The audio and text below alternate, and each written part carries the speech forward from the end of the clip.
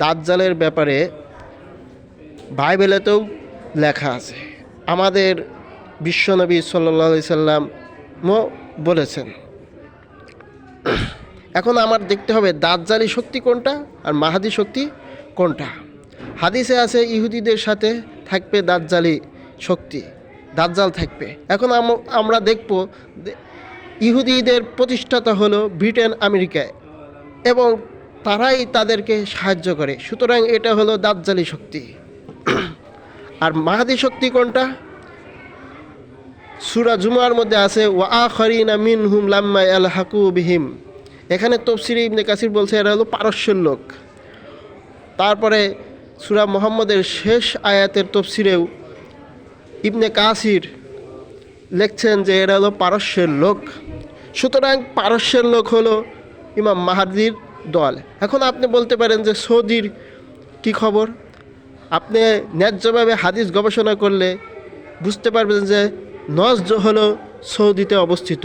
আর এই নজদের ব্যাপারে নবী দোয়া করেন নাই, বলছে এখান থেকে শয়তানের উৎপত্তি হবে, শয়তানের শিং গজাবে। আমরা জানি তুরস্ককে ভেঙে দিছে এই সালাফি নামের বদমাইশ শয়তানের দল। তারা দেওবন্দের সাইকুলহীনকে ধরে দিছে ব্রিটিশদের সাথে। তারা ব্রিটিশদের থেকে অস্ত্র নিয়ে তুরস্ককে ভেঙে টুকরা টুকরা করে দিয়েছে, এবং এখনও আমেরিকার সৈন্য সৌদিতে থাকে। সুতরাং সৌদি হলো শয়তানের উৎপত্তি স্থল। আর এই সৌদির বিভিন্ন দালাল আছে, আমাদের বাংলাদেশেও আছে, মুজাফফর নামের এই সব ভণ্ড আলেম আছে। এরা হলো শয়তানের দল। উলাইকা হিজবুশ শয়তান আলা হিজবুশ শয়তানি আলা হিজবাশ শয়তানি হুমুল খাসিরুন। শয়তানের দল ক্ষতিগ্রস্ত হবে। আর আরেকটা হাদিস আছে 3টা দল হবে যুদ্ধের জন্য মুসলমানদের পক্ষে, একটা ইয়ামানের, আর একটা পারস্যে, আর একটা সিরিয়ায়। দেখবেন 3টাকেই বলতেছে তারা শিয়া।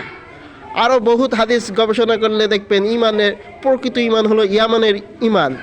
সেই ইয়ামানে সৌদি আক্রমণ করে। তাহলে আপনি কার পক্ষে নেবেন? এবার আপনি নিজেই বোঝেন। যত ধন সম্পদ আছে মুসলমান করে এগুলো ভোগ করেছে, চুরি ডাকাতি করেছে এই ব্রিটেন, আমেরিকা। এই ভারতবর্ষ ছিল সারা বিশ্বের ধনী, সেখানে সম্পদ নিয়ে গেছে। তারা না খাওয়া দুর্ভিক্ষ তৈরি করেছে এবং নীল চাষ করা বহুত মানুষকে মারছে এই ব্রিটেন, আমেরিকা। এই দুইটাই ইংরেজ দেশ। এবার আপনি কার পক্ষে নেবেন বোঝেন।